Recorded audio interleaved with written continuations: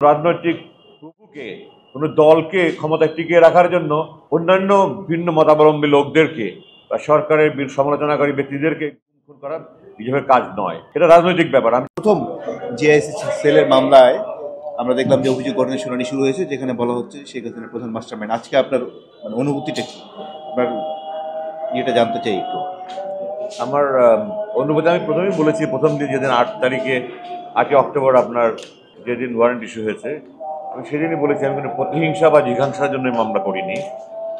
আমি করেছি যে বাংলাদেশের ভবিষ্যতে কোনো সরকার প্রধান কখনো এরকম ফ্যাসিবাদী কায়দায় মানুষের উপর জুলুম নির্যাতন না করার সাহস পায়, এবং কোনো জেনারেল যেন কোনো রাজনৈতিক প্রভুর অন্ধ আনুগত্য না করে। এই জন্য এই মামলার মাধ্যমে যদি দৃষ্টান্তমূলক শাস্তি হয়, তাহলে এটা একটা প্রতিবন্ধকতামূলক প্রতিরোধমূলক ব্যবস্থা হবে, যেটাকে আমরা মিলিটারি ভাষায় বলি ডেটারেন্ট।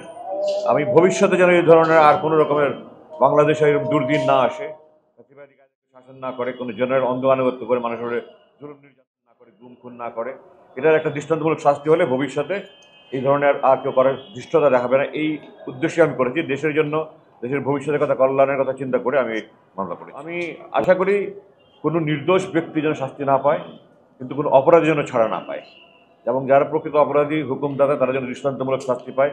ভবিষ্যতের জন্য বাংলাদেশের ইতিহাস, পৃথিবীর ইতিহাসের একটা নজির হয়ে থাকবে। এই উদ্দেশ্যে আমি করেছি।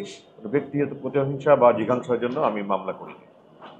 সুতরাং সেই হিসাবে আমার অত্যন্ত আনন্দিত হওয়া বা উদ্বেলিত হওয়ার কোনো কিছু নেই আমি মনে করি। যেমন আমি যে লাস্ট ডিজি ছিল লাস্ট সরকারের সময়, তারপরে এসেছিল মেজর জেনারেল ফয়েজ, যে পরবর্তীতে বদলি হয়ে চলে গেছে পদোন্নতি পেয়ে। এরপরে এখন যিনি আছে জেনারেল জাহাঙ্গীর, তার সাথে কয়েকবারই কথা হয়েছে। আমি বলেছি যে ডিজিএফআইকে ডিপলিটিসাইজ করো। ডিজিএফআইয়ের কাজ মূলত অভ্যন্তরীণ রাজনীতিতে হস্তক্ষেপ করা নয়, এটা মূলত আমরা ট্রান্সফ্রন্টিয়ার ইন্টেলিজেন্স বলি। সীমান্তের ওপারে আমাদের সৈন্য বিরোধী যারা আছে, আমাদের বিরুদ্ধে আক্রমণ করার সম্ভাবনা আছে, সম্ভাব্য শত্রুদের বিভিন্ন রকমের তথ্য সংগ্রহ করে এগুলি মূল্যায়ন করে বিভিন্ন বাহিনীকে প্রয়োজনীয় তথ্য দেওয়া। অভ্যন্তরে যদি কেউ দেশ বিরোধী, দেশের স্বাধীনতা, সমতা, অখণ্ডতা নষ্টের জন্য কোনো কাজ করে থাকে, তাদের বিরুদ্ধে কাজ করা। শুধু রাজনৈতিক প্রভুকে, কোনো দলকে ক্ষমতায় টিকিয়ে রাখার জন্য অন্যান্য ভিন্ন মতাবলম্বী লোকদেরকে বা সরকারের সমালোচনাকারী ব্যক্তিদেরকে খুন করা বিজেপির কাজ নয়।